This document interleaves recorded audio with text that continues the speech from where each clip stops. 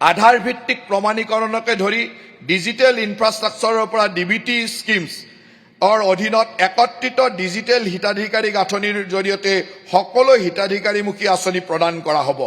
অধ্যক্ষ মহোদয়, মহিলা সবলীকৰণৰ আৰু লিংগ সমতা সুদৃঢ় কৰাৰ অৰ্থে বহু বিবাহত লিপ্ত হোৱা কোনো পুৰুষে কোনো চৰকাৰী কল্যাণমুখী আঁচনিৰ অধীনত সুবিধা লাভৰ বাবে যোগ্য বিবেচিত নহ'ব।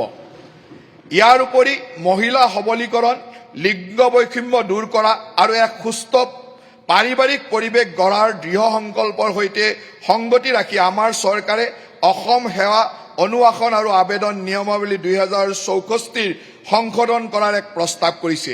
এই নিয়ম অনুসৰি কোনো চৰকাৰী কৰ্মচাৰীয়ে বহুবিবাহ কৰা বুলি প্ৰমাণ হ'লে তেওঁক আইনমতে চাকৰিৰ পৰা বৰ্খাস্ত কৰা হ'ব।